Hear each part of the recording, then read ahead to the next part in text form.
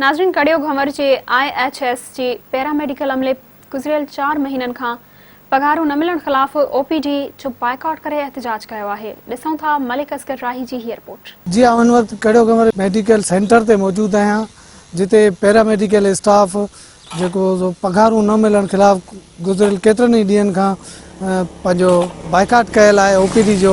अचो त उन्हनि सां ॻाल्हि ॿोल करियूं त उन्हनि जो छा चवणु आहे। असां IHS मेडिकल सेंटर कड़ियो घंवर जा मुलाज़िम जेका हड़ताल करे रहिया आहियूं, उन हड़ताल जो मेन मक़सदु ऐं कारण असांजो हक़ आहिनि।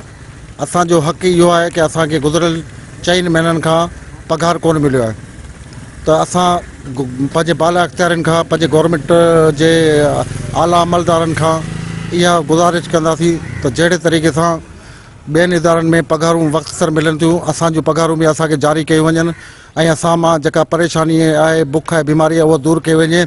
जहिड़े तरीक़े सां कोरोना कोविड जो दौरु हली रहियो आहे ऐं कोरोना कोविड जे दौर में हिकिड़ी मतभेद आहे असांजी गवर्नमेंट जे मुलाज़िमनि में। IHS जे कंहिं बि मुलाज़िम खे कोरोना अलाउंस कोन थो ॾिनो वञे, जेतोणीकि इन कड़ियो घंवर जे इलाइक़े में सभ खां वधीक मुतासिर असां IHS जा मुलाज़िम ई कोरोना जे करे थियासीं, लेकिन कोरोना अलाउंस कोन ॾिनो। असीं गुज़ारिश कंदासीं कि असांजे इहो अलाउंस बि ॾिना वञनि ऐं असांजूं सालाना इंक्रीमेंट कोन थियूं लॻनि, असांजूं उहे इंक्रीमेंट लॻाए वञनि। IHS जा मुलाज़िम आहियूं, असांखे तक़रीबन 4 महीननि खां पघारूं मुहैया न कई वयूं आहिनि।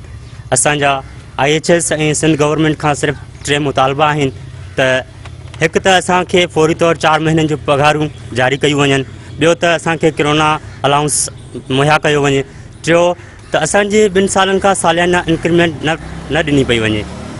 जॾहिं त असां कोरोना जहिड़ी वबा में गवर्नमेंट जे हेल्थ वर्करनि सां गॾु कुलो में मिलाए बीठासीं, पर सिंध गवर्नमेंट वटि गवर्नमेंट मुलाज़िम ऐं IHS जे मुलाज़िमनि में फ़र्क़ु पैदा कयो वियो आहे। उन्हनि खे वक़्त ते पघार ऐं कोरोना अलाउंस ॾिनो वञे थो, पर अॼु ताईं असांखे न पघार मिलियो आहे, न कोरोना अलाउंस आहे, न ई सालाना इंक्रीमेंट ॾिनी वञे थी। 3-4 ॾींहंनि खां वठी मुकमल OPD जो बाइकाट आहे। असांजा जाइज़ मुतालबा आहिनि त असांखे 4 महीननि जो पघार जेको रुकियल आहे उहो फौरी जारी कयो वञे। उन खां वधि कोरोना रिस्क अलाउंस जेको गवर्नमेंट जे मुलाज़िमनि ऐं असां गॾिजी ड्यूटी करियूं था उन्हनि खे ॾिनो पियो वञे ऐं असां सां टोटल मतभेद रखी असांखे ॾिनो कोन पियो वञे। उन खां पोइ असांजी जॻह तक़रीबन 3 साल थी विया आहिनि, असांखे सालियाना इंक्रीमेंट कोन ॾिनी पई वञे। ऐं असां ऐं डेंटल टेक्नीशियन आहियां, तक़रीबन 70 किलोमीटर अवे माना मूंखां छिड़ो आहे कड़ियो घंवर, उतां खां रोज़ आउटबेक करे ऐं उते पहुचंदो आहियां। तक़रीबन मुंहिंजी सैलरी जेका आहे उहो उन ख़र्चे में पूरी थी वञे। असांखे त 4 महीना थिया आहिनि, पघार मिले कोन पियो। 1 महीने जो त पघार मिलियो शुरू में, बाक़ी तंहिंखां पोइ असांखे को पघार कोन थो मिले। असांजो स्टाफ, असीं त डॉक्टर अञा बि कुझु तक झले सघंदा आहियूं, पर असांजो वीचारो हेठियूं स्टाफ आहे जंहिंजो 17,000, 15,000, 14,000 पघार आहे, उहे वीचारा ॾाढा परेशान आहिनि। उन्हनि खे 4 महीननि खां पघार कोन मिले। असांजो मेन मुतालबो इहो आहे त उन्हनि खे पघार जेको आहे सो ॾिनो वञे।